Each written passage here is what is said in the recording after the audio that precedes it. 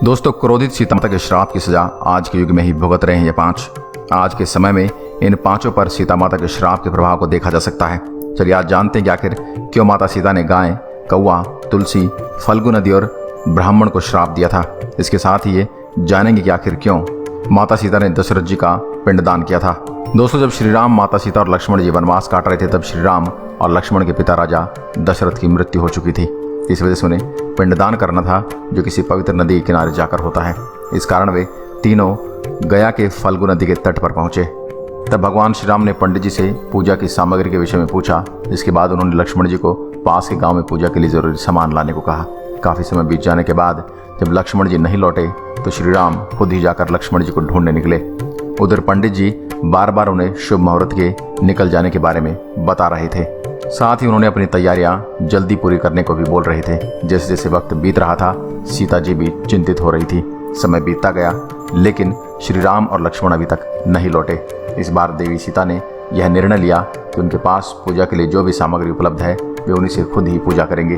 तब माता सीता ने पंडित जी से बोला कि श्री राम और लक्ष्मण को लौटने में देर हो रही है, इसलिए वे पूजा शुरू करें।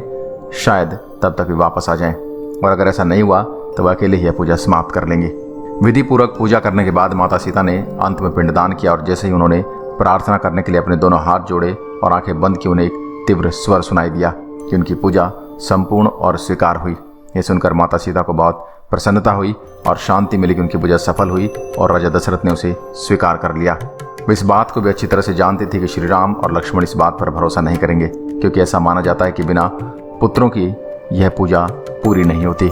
तब सीता जी ने फल्गु नदी, पूजा में प्रयोग होने वाली गाय, वटवृक्ष, कौवा, तुलसी के पौधे और उस पंडित को इस बात का साक्षी बनने को कहा। उन सभी ने उनकी आज्ञा का पालन किया। जब भगवान श्री राम को सीता जी ने यह बात बताई तो उन्हें साथ ही साथ उन सभी साक्षियों से अनुरोध किया कि वो श्री राम को सच बताएं। लेकिन श्री राम के क्रोध को देखकर किसी ने भी सच नहीं बोला। केवल वट वृक्ष ने श्री राम को सारी बात बताई। इस बात से देवी सीता बहुत दुखी हुई और गुस्से में आकर उन्होंने सभी को श्राप दे दिया। देवी सीता ने फल्गु नदी को श्राप दिया कि वह सिर्फ नाम की नदी रहेगी, उसमें कभी पानी नहीं रहेगा, और आज भी इस नदी में पानी नहीं है। फिर सीता जी ने गाय को श्राप दिया कि उसके पूरे शरीर की पूजा नहीं की जाएगी। हिंदू धर्म केवल उसके शरीर के पिछले हिस्से को ही पूजनीय माना जाएगा, और यहाँ वहाँ भटकने का भी श्राप दिया।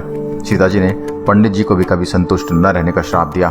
तुलसी जी को सीता ने श्राप दिया कि वह गया की मिट्टी में कभी नहीं उगेगी, और कौवे को हमेशा लड़ झगड़ कर खाने का श्राप दे दिया। वट वृक्ष को सीता ने आशीर्वाद दिया कि पिंडदान में इस वृक्ष की उपस्थिति जरूरी होगी। इसके साथ ही वट वृक्ष को लंबी आयु और दूसरों को छाया प्रदान करने का भी वरदान दिया, तथा यह भी कहा कि पतिव्रत महिलाएं इस वृक्ष की पूजा करके अपने पति की लंबी आयु की कामना करेंगे। तो दोस्तों, आज के लिए बस इतना ही। ये वीडियो आपको कैसी लगी हमें कमेंट करके जरूर बताएं।